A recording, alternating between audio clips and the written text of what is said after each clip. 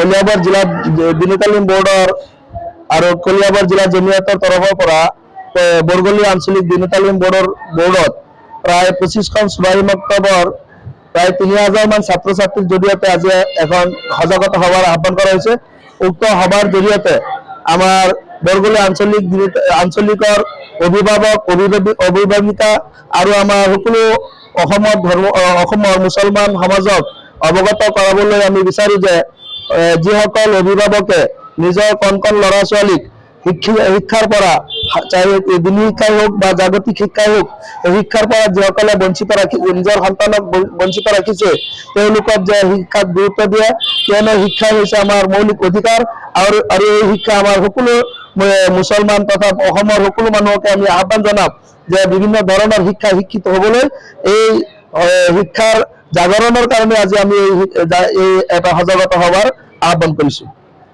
আজি সজাগতা সভাৰ উদ্দেশ্যটো এইটোৱে হয় যে আমাৰ বহুত ল'ৰা ছোৱালী দেখা যায় যে তেওঁলোক মদ, ভাং, ড্ৰাগছ আৰু বিভিন্ন অবৈধ কামত জড়িত হৈ আছে, যাতে এই সজাগতা সভাৰ জৰিয়তে আমাৰ অঞ্চলৰ পৰা মদ, ভাং, জুৱা, ড্ৰাগছ এইবিলাক যাতে নিৰ্মল হয়, ইয়াৰ উদ্দেশ্য কৰি আমি আজি এই সজাগতা সভা আহ্বান কৰিছো। কিয়নো যিসকল ছাত্ৰ ছাত্ৰী যিসকল ল'ৰা ছোৱালীয়ে শিক্ষাৰ পৰা দূৰত থাকে, শিক্ষাৰ পৰা বঞ্চিত হৈ থাকে, তেওঁলোকে এই দেশৰ বদনাম বা এই দেশৰ যি কুকৰ্মবিলাক কৰি থাকে, শিক্ষাত যেতিয়া জড়িত হ'ব এই কুকৰ্মৰ পৰা বঞ্চিত হ'ব।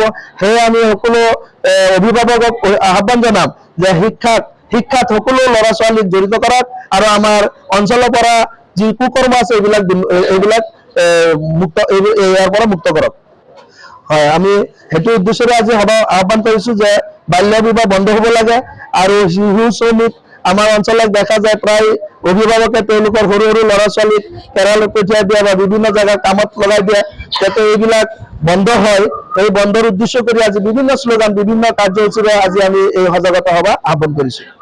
আজি আমাৰ প্ৰায় 2 কিলোমিটাৰ মান জাগা আমি পথ শ্ৰু কৰিছো আৰু ইয়াতে সকলো ছাত্ৰ ছাত্ৰী একত্ৰিত হৈছিল আমাৰ কাশফুল বৰগলি ইছলামিয়া মাদ্ৰাসাত আৰু ইয়াৰ পৰা প্ৰায় 2 কিলোমিটাৰ ৰুট শ্ৰু কৰাৰ পিছত আকৌ ইয়াত সকলো একত্ৰিত হোৱাৰ পিছত আমি আলোচনা মৰ্মে তেওঁলোকক ঘৰলৈ বিদায় দিছো। আজি 17 মে 2026 তাৰিখে বৰগলি আঞ্চলিক দিনী তালিমী বোৰ্ডৰ অধীনত যিকেইটা চুবাহী আছিলে সকলো চুবাহী মক্তবৰ ল'ৰা ছোৱালী কণ ছাত্ৰ ছাত্ৰীক লৈ আজি এটা জাগৰণ সজাগতা সভা আমাৰ ইয়াত আয়োজন কৰিছিলোঁ। আৰু ইয়াৰ পৰা আমি এটা মেছেজ দিব বিচাৰো, যিসকল ছাত্ৰ ছাত্ৰী শিক্ষা দীক্ষাৰ পৰা বঞ্চিত, সৰুৰে পৰা কামত লাগি যায়, গতিকে এইবিলাকৰ পৰা ল'ৰা ছোৱালী বাচি শিক্ষাত প্ৰাধান্য দিব লাগে আৰু শিক্ষাত গুৰুত্ব দিব লাগে। প্ৰত্যেক অভিভাৱক, সমাজ সচেতন ৰাইজ ইয়াত জড়িত হ'ব লাগে আৰু নিজৰ ল'ৰা ছোৱালীক যিকোনো মূল্যৰ বিনিময়ত শিক্ষা প্ৰদান কৰাৰ ব্যৱস্থা কৰিব লাগে।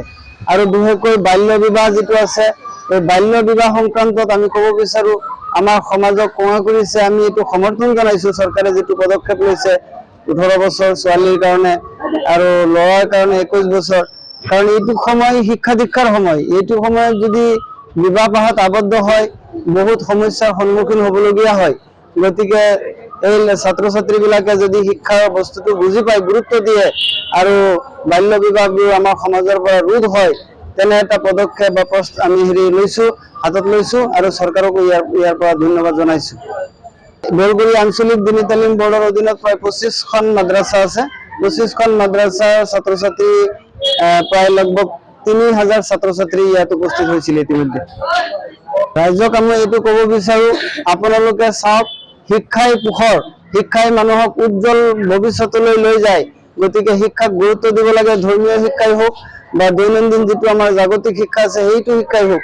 শিক্ষাৰ বলিকাত আমি যাতে কোনো পধ্যেই কম্প্ৰমাইজ নকৰো আৰু আমাৰ ল'ৰা ছোৱালীক পিছ পেলাই নাৰাখো। আমাৰ সন্তানক, আজিৰ এইবিলাক সন্তান কিন্তু কালিৰ ভৱিষ্যতৰ কাৰণে এইবিলাক অসমৰ দেশৰ নাগৰিক। গতিকে আমি যি পথে তেওঁলোকক পৰিচালিত কৰিম সেইটো পথে আগবাঢ়ি যাব। গতিকে আমি অভিভাৱকসকলক অতি বিনম্ৰতাৰে অনুৰোধ জনাব বিচাৰো, তেওঁলোকে যাতে শিক্ষাক গুৰুত্ব দিয়ে আৰু লিখা পঢ়াত যাতে মনোযোগে দিয়ে, এইটো আমি আহ্বান জনাইছো। যিকোনো খবৰৰ বাবে যোগাযোগ কৰক আমাৰ এই নম্বৰত 9181 307 221।